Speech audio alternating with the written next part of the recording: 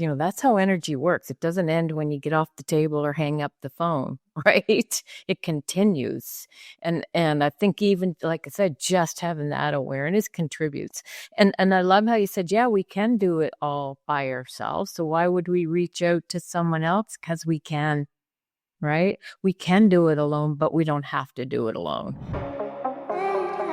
Welcome to Energetics with Kim and Veronica, where we invite you to nourish the energy of your inner why, your inner healing, magic, prosperity, your curiosity, clarity, playfulness. Welcome home. The integration between sessions, healing, transformation, massage, when we have chosen to receive in partnership with somebody else who's offering some kind of healing or transformation or an experience, and how sometimes we put a lot into that one session. And we were recently talking, Kim, about how, for myself, and I think for you as well, that a lot of times it's not just about that one event, and there's a lot that's happening leading up to it, and there's a lot that's happening afterwards. And sometimes when we allow our minds to put a lot of expectations on the one event, then we close ourselves off to receiving everything that's here for us. So let's dive into a little talk about all of that. Let's do it. I find this is a really empowering awareness to have. So whenever I'm offering a class or whenever I'm working with a client on my table or phone or Zoom or whatever, I always share the session's not over just because you're getting off the table. It's actually just begun. And or when we get off the phone or when the course is over, and that's actually so true because, like you said, we want to see the results. Oh, that was good. That was nice. Yeah, good. Okay. But it's not like that at all. And what if, so what I also know to be true for me, and so I share it with people, is the moment you sign up for a class or a session or something like that, the universe, whatever you want to call that, starts conspiring in your favor because you've said yes. And in you saying yes to more of you, consciousness starts to go, oh, hey, we got a player. We got a player over there. And so it already starts to happen. So it happens before you even get on the table, if you will, or show up for a class or a meditation or an experience. Then you have the experience on the table or in the class or whatever it is. And then there's the after. So the session itself or the class itself is just actually the door opening. That's actually just the beginning. So recently I had someone say, is it just an hour with something else I was doing? Is it just an hour? And I said, no, that's just the beginning. Right? That's just the beginning. And so the session, the class, the treatment, the awareness, if you will, the dream, the comment, the whatever it is, it's just the beginning. But we tend to walk away looking at what did I get out of that? And so we create this space where it doesn't get to go, ooh, and ooh. We just go, yeah, that was nice. Right. And so one of the things that I love about you, Veronica, that I just, I don't know if you can articulate the how or what it is, but you can experience a session with somebody, whether it's online or in person, and months later, you can look at, oh, this is happening in my life. And I really think it came from that session 4 months ago or whatever. Right. So you really, for me, I'm always, I don't have that gift in the way that you do for sure. And it's such a gift. And like, for me, I have the awareness and the knowing that, yeah, it's actually just begun, but you're often able to identify the change, the thing. I have, so for me, I can be like, I don't know if it was this, that, or the other thing, or, her, him, or what. But you were so good at that, woman. You were.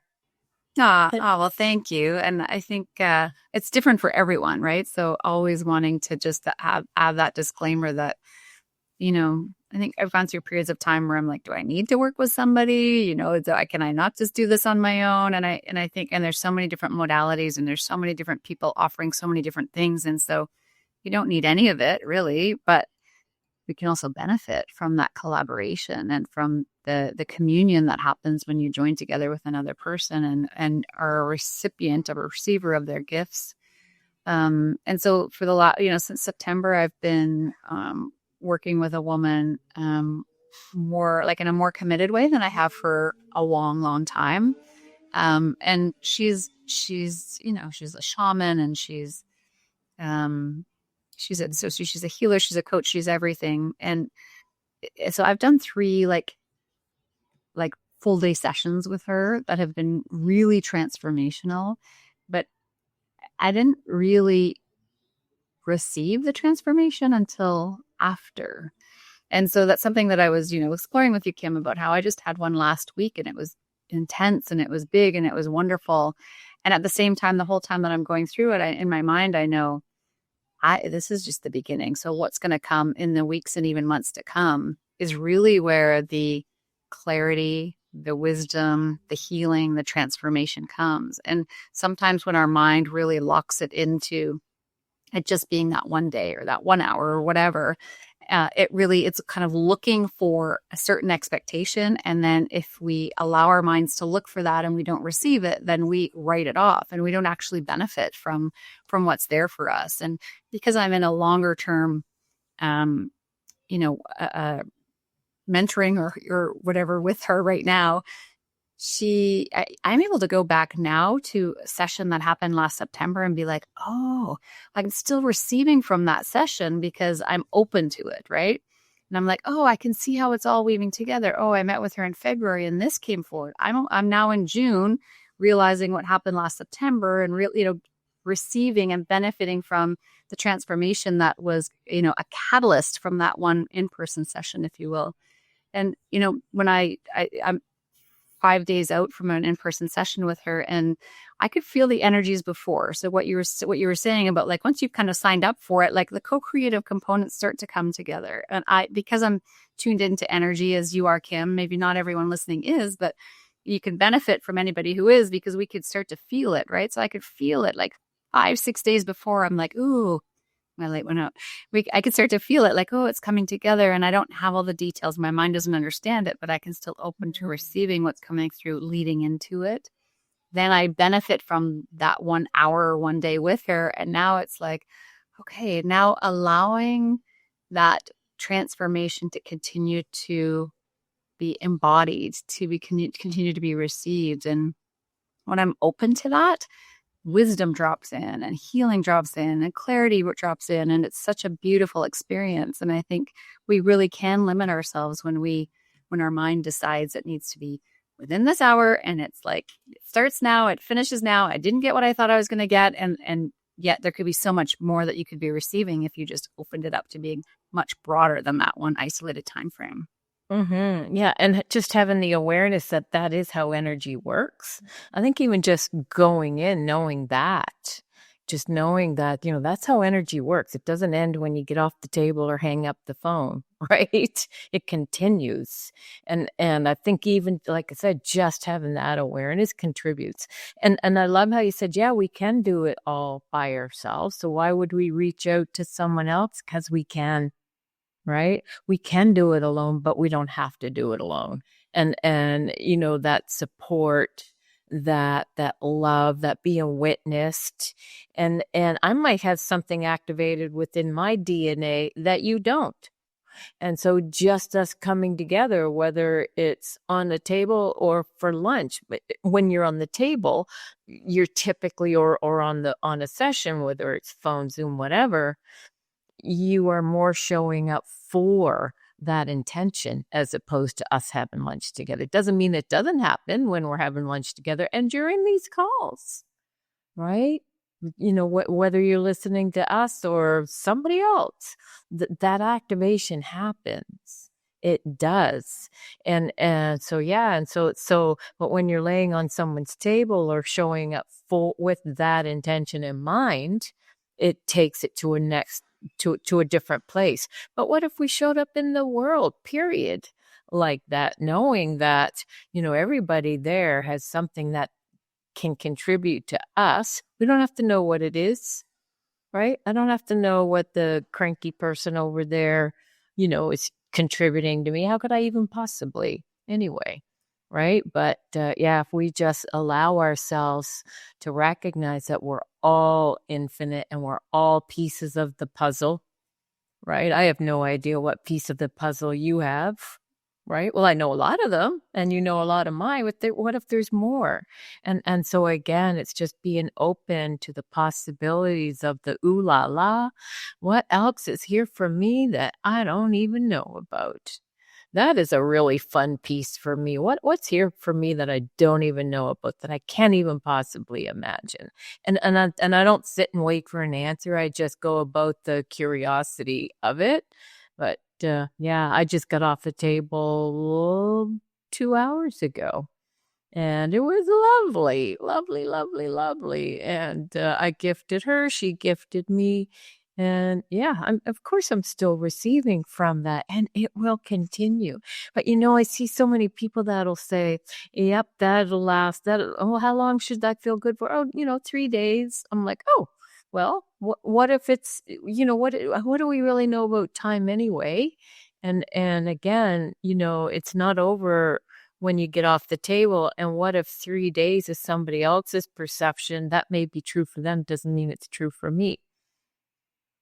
Right? And so that's how I like to play with it all. Exactly. Yeah. And to your point, like remaining in question, instead of like where your mind wants to see it and feel it and understand it right away. Like you're not, even when I remain in question, I don't get the clarity right away. Sometimes I do, but a lot of times it just drops in at some point because I have declared that I'm willing to receive it. I'm open to receiving it. So in what other ways might this contribute to me? And just sometimes I'm just saying, I'm listening, I'm receiving, I'm willing, I'm listening, I'm receiving, I'm willing. It's as simple as that. Without that expectation. So, yeah, the saying yes. Yeah. Saying yes to more and the what else is possible. Mm-hmm. Yeah. Cool. And so that's the invitation for each other, for ourselves. And like I said, though, you had this thing where you can go, ooh, 3 months ago, I had a session and I'm seeing this piece from the session. I love that. Yeah. And we're just remaining in contemplation. And also like, I've been doing a lot of talking with my mind lately and like really, really, in an endeavor to allow my body and my heart to take over leading, instead of just having my mind direct me. And so it's like, and I think that really helps. Like, okay, mind, you have a role in here and you've done a fantastic job in leading me up until this point, and my body's going to start leading from now on, and you'll continue to have an important role. It's just going to look different. Yeah. And that doesn't happen overnight. Like that's really a commitment to have that conversation with your mind. For me. Yeah. My age. Yeah. Yeah. You know what? For me, it's about, it's part of the team. Right. And so, because I hear some people saying, get rid of this, get rid of that. And I'm like, yeah, no, it's all part of the team. What role did we give it? It might be tired of that role too. Who knows? It might be like, oh my God, thank God you've been exhausting me, woman. It's true. When I was in this session last week, my mind was like, is this really helping you? Is this really transforming? Is this, what's this really doing? And I'm like, okay, it's okay. My beautiful mind.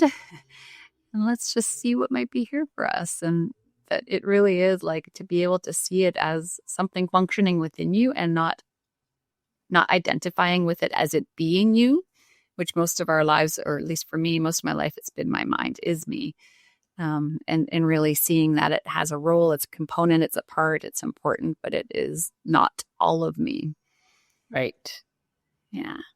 Yeah. No, that's good. And we had a little gathering here on the weekend, and somebody was asking me about meditation when everybody was gone. Right. Anyway, so he was saying, yeah, I can't make my mind stop. And I said, well, maybe it's not about making your mind stop. Maybe it's being aware of your mind and not being attached to it. So you're noticing it, you're aware of it, but you're not tethered to it. You're not attached to it. It's just kind of like, oh, there's a thought. Yeah. But it's when a thought shows up and we grab onto it and go into a story with it, that's when we've given it the lead. And it is a practice, I'll tell you. It is a practice, right? And so it is a practice of recognizing, oh, that's just my mind. That's not, and not just that word. I'm looking at getting rid of, that word doesn't fit in a great vocabulary a lot of times. Anyway, so it's like, yeah, it's your mind. And there's so much more than just the mind. And so there's a part of you that's noticing it's your mind. There's a part of you that's noticing the thought. And that's where I want to hang out, the part that's aware with all of it. And yeah, are there thoughts that take me down the rabbit hole? And of course there are. Being human is messy at times, right?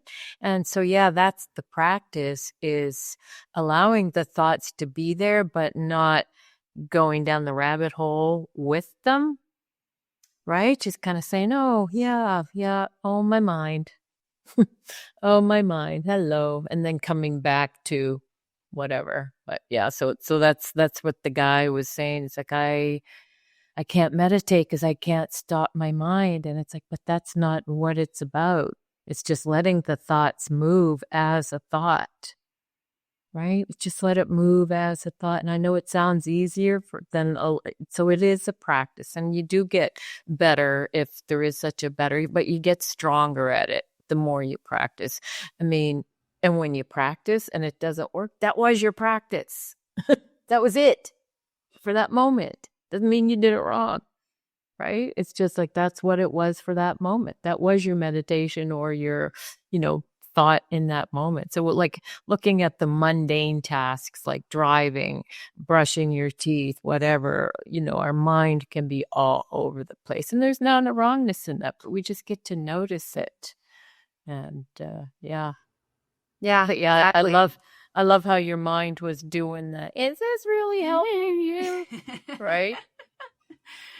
Totally. Yeah.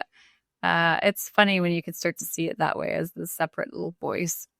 Yeah. It's like, oh, you're cute and you're coming with me. You don't have to worry. And I appreciate you. Not trying to get rid of it. Exactly. Yeah. Exactly. It's part of the team. Yeah. And I think for me too, the big job. Yes, exactly.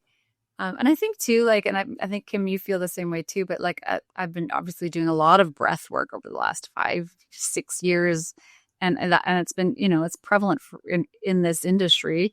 And I find that really helps me too, to get out of my mind, especially starting out. Like if it's not something that you've practiced, like really like the breath work, when you're focusing on your breath and you can do different types of breath work, can really help get you out of your mind as a way to kind of anchor that in. But it is a practice. It's taken me a long time to get here, and it's an evolution and growth of a lifetime, as Melanie and Lair says, right? Yeah. It's never ending. It's an ongoing journey. We never get there. So how deep, how broad do you want to go while you're in this human body? I love it. Yeah. I love it. Amazing. Anything else to add? I think that's good. I think that's good. Thank you, everyone. So much love. Like, subscribe, comment. If you think anyone can benefit from this, we appreciate you sharing. Until the next time.